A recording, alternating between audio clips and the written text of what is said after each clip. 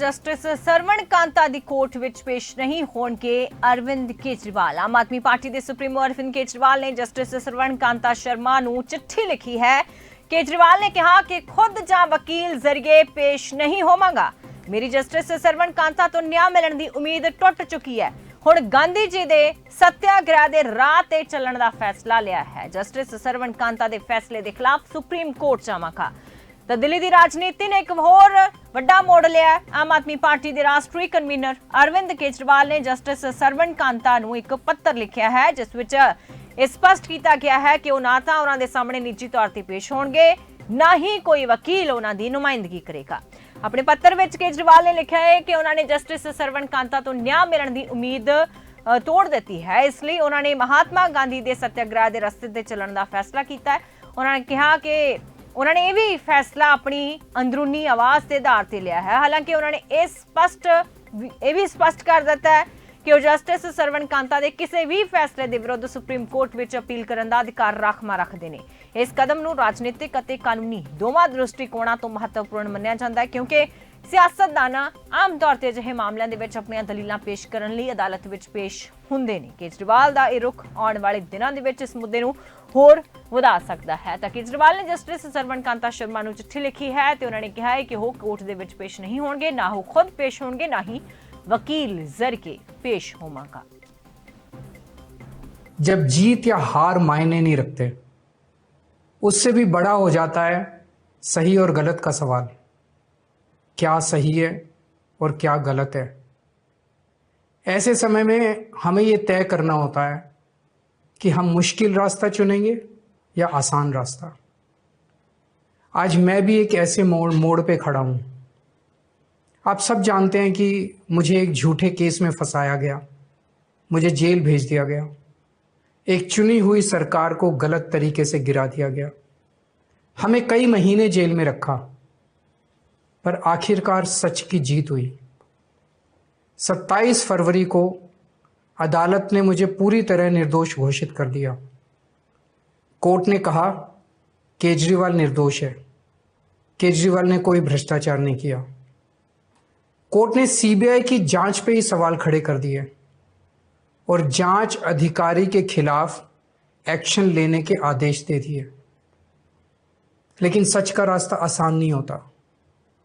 CBI ने तुरंत इस फैसले को हाई कोर्ट में चुनौती दी और ये केस जस्टिस स्वर्णकांता शर्मा जी के सामने लगा। तब मेरे मन में एक बहुत बड़ा सवाल उठा, क्या इनके सामने मुझे न्याय मिलेगा। मेरे मन में यह प्रश्न क्यों आया, इसके कई कारण हैं, पर 2 कारण मुख्य हैं। पहला कारण ये कि आरएसएस की जिस विचारधारा वाली सरकार ने झूठे आरोप लगा के मुझे जेल डाला, जज साहिबा ने स्वयं माना है कि उस विचारधारा से जुड़े संगठन अखिल भारतीय अधिवक्ता परिषद के मंचों पे वे कई बार जाती रही हैं। मैं और आम आदमी पार्टी उस विचारधारा के घोर विरोधी हैं। ऐसे में क्या उनके सामने मुझे न्याय मिल सकता है। दूसरा कारण कॉन्फ्लिक्ट ऑफ इंटरेस्ट। कोर्ट में मेरे विपक्ष में केंद्र सरकार की सीबीआई है और जस्टिस स्वर्णकांता जी के दोनों बच्चे केंद्र सरकार में काम करते हैं। उनके दोनों बच्चे केंद्र सरकार के वकीलों के पैनल में हैं। हमारे सामने कोर्ट में दूसरी ओर से वकील हैं सॉलिसिटर जनरल श्री तुषार मेहता जी। तुषार मेहता जी दोनों बच्चों को केस देते हैं। उन्हें कितने केस मिलेंगे, कौन से केस मिलेंगे, ये तुषार मेहता जी तय करते हैं। भारत सरकार के पैनल में लगभग 700 के करीब वकील हैं, लेकिन जस्टिस स्वर्णकांता जी के बेटे सबसे ज्यादा केस पाने वाले वकीलों में से एक हैं।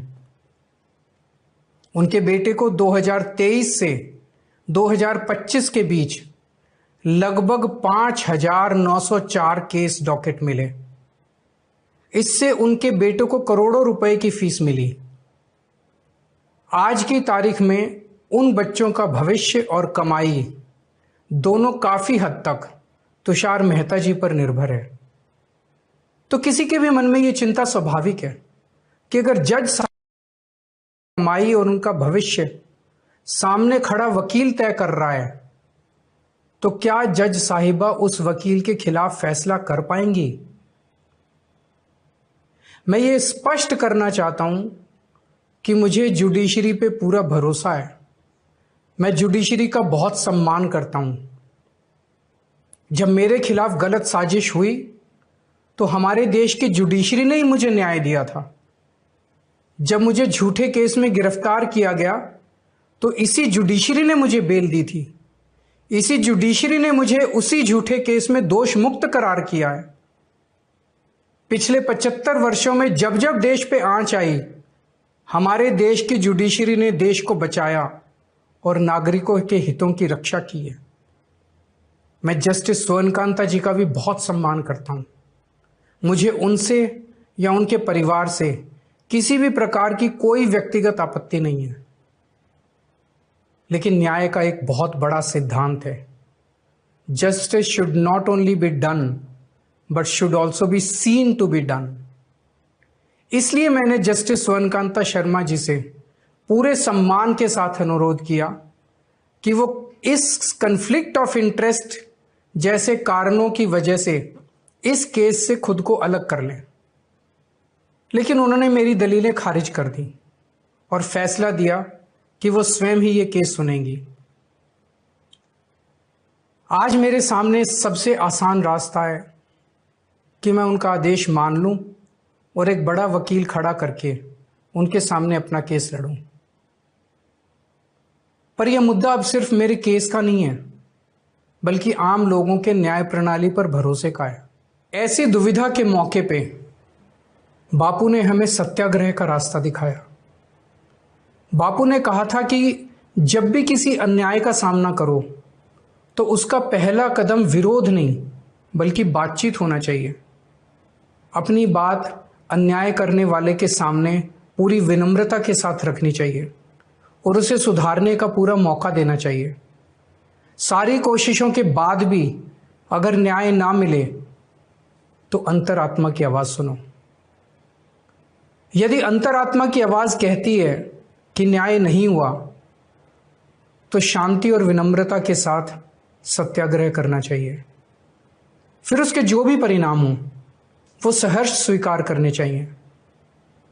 पर इस पूरे प्रकरण में अन्याय करने वाले व्यक्ति के प्रति किसी भी प्रकार की नफरत या गुस्सा नहीं होना चाहिए। मैंने भी बातचीत से शुरुआत की, पूरी निष्ठा और विनम्रता के साथ जस्टिस स्वर्णकांता जी के सामने अपनी बात रखी। उन्हें इस केस से अलग होने के लिए याचना की। मैंने आग्रह किया कि मेरा केस हाई कोर्ट के किसी भी अन्य जज द्वारा सुन लिया जाए, लेकिन उन्होंने मेरी प्रार्थना अस्वीकार कर दी।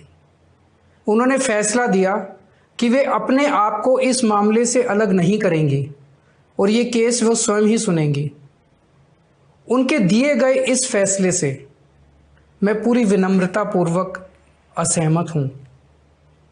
इस पूरे घटनाक्रम के बाद मेरी आशंका और गहरी हो गई है